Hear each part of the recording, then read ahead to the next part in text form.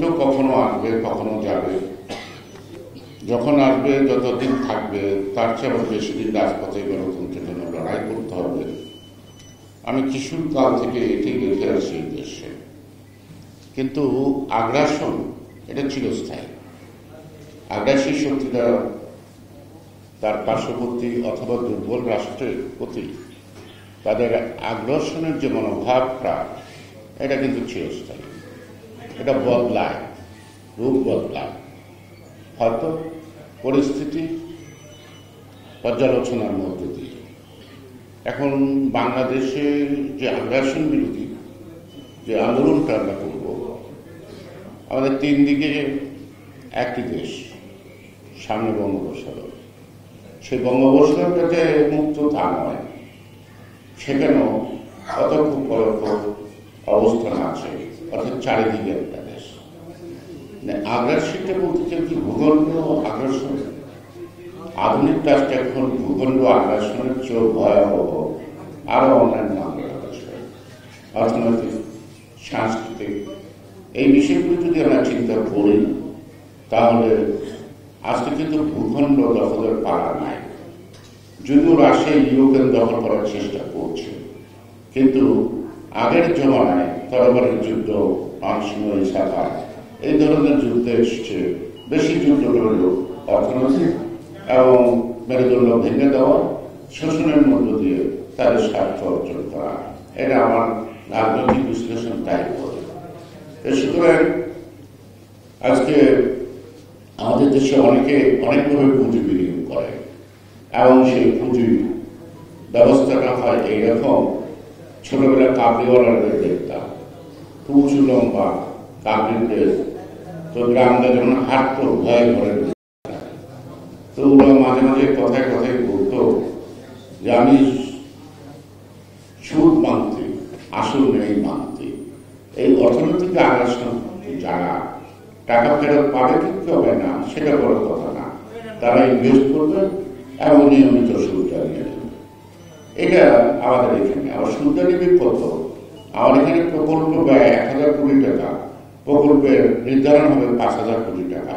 সুদটা নিয়ে ৫,০০০ কোটি দিতে হবে জাতিকে। আর মাঝখান থেকে ৪,০০০ কোটি টাকা আছে, বর্তমানে যারা আছেন তারা এটা ভাগাভাগি করে খাবে।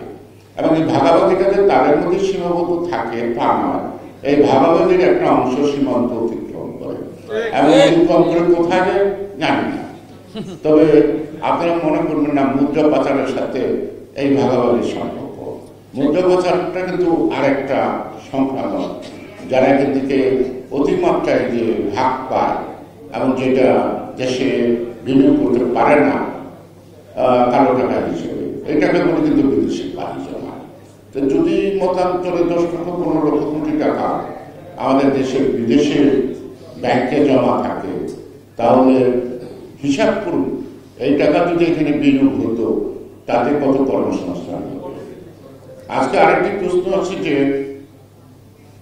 আমি জানি না কত লোক, কথা সত্য যে প্রতিবেশীদের অনেক লোক পাওয়া যায় রাস্তাঘাটে ঘুরছে, ব্যবসা করছে, বড় বড় শপিং মলের বড় বড় দোকানদের সাথে স্লিপিং পার্টনার, তারা প্রকিউরমেন্ট করছে পণ্য, ওখান থেকে একটা লাভ নিচ্ছে, এবং মাসের শেষে এখানে বিক্রিত মালের উপর থেকে আরেকটা নিচ্ছে, কোনোটা লিখিত, কোনোটা অলিখিত। এই কথাগুলি আমাদের কানে আসে, এবং তারা নানা ধরনের ফেরি করে, রাজনৈতিক ফেরি, পাশাপাশি ব্যবসা বাণিজ্য আর বিভিন্ন ব্যবসা কেন্দ্রে তাদের আনাগোনা, এর মধ্য দিয়ে যত লক্ষ্য দাঁড়ায় সব টাকাই কিন্তু যায় কিছু বৈধভাবে না। বৈধভাবে কাজে যে আমাদের ইন্ডিয়া ভাই বললেন, উনি একজন অর্থনীতিবিদ, বৈধভাবেও যদি আপনি অন্য দেশে রোজগার করেন, সরকারে কিন্তু দেশে পাঠাতে পারবে না। আপনার রোজগার, আপনার খরচের বাইরে একটি অংশ আপনি মাতৃভূমিতে পাঠাতে পারেন, সবাই আসলে পাঠাতে পারেন না। কিন্তু এই যে এরা যা টাকাটা পাঠাচ্ছে, কত টাকা পাঠাচ্ছে হুন্ডির মাধ্যমে, সেটা তো আমাদের জানা নাই।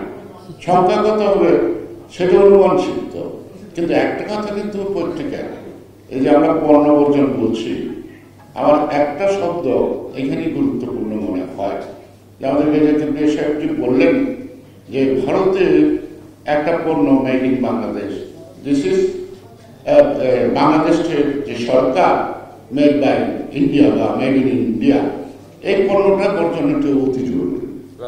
অর্থাৎ এটা সবচেয়ে নিকৃষ্ট পণ্য ভারতের এই বর্তমান সরকার এবং আমি।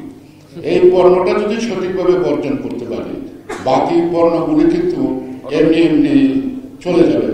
কারণ মানুষের সচেতনতা বোধ বাড়ছে। ফুডের উপর ছোট ছোট শিশুরাও খবর রাখে